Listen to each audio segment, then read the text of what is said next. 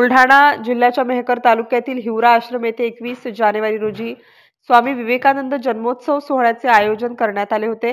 राज्यभरातून आलेल्या तब्बल 2.5 लाखांपेक्षा अधिक भाविक भक्तांनी विवेकानंद जयंती महोत्सवानिमित्त आयोजित महापंगतीचा लाभ घेतला। तब्बल 50 एकर शेतात ही भव्य दिव्य महापंगत बसली होती। 61 वर्षांची प्रदीर्घ परंपरा लाभलेल्या विवेकानंद जन्मोत्सव सोहळ्याची या महापंगतीने सांगता झाली। यावेळी उपस्थित मान्यवरांच्या हस्ते महाप्रसादाचे वितरण करण्यात आले।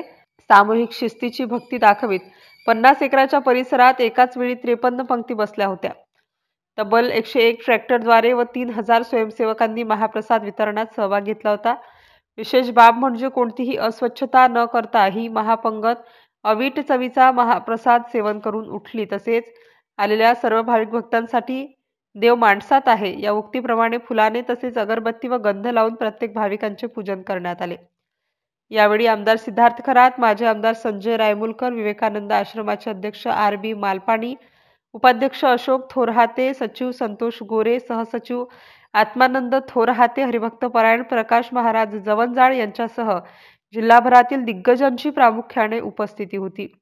MCN news मराठीकरिता Pramod Mishra, Vivekanand Nagar, Mehkar. आज महाप्रसाद बनवण्याचे कार्य सुरू आहे। कशा पद्धतीने आजचं नियोजन आहे? किती स्वयंसेवक सहभागी आहेत, कोण सहभागी आहेत आणि किती कुंडचा महाप्रसाद आज बनवला जाणार?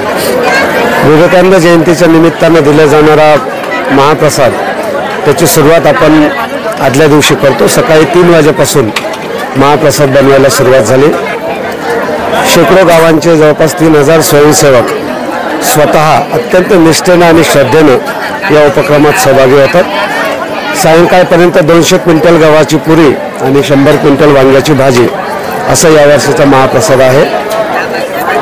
सामाजिक एकतेचं प्रतीक असलेला हा महाप्रसाद म्हणजे एक वेळचं जेवण नसतं। प्रसाद हा परमेश्वराला देतो आपण। माझ्या समोर आलेले भाविक माझे देव आहेत। त्यांना शोधण्यासाठी मी मंदिर, मस्जिद, गुरुद्वारा, चर्चमध्ये जाणार नाही।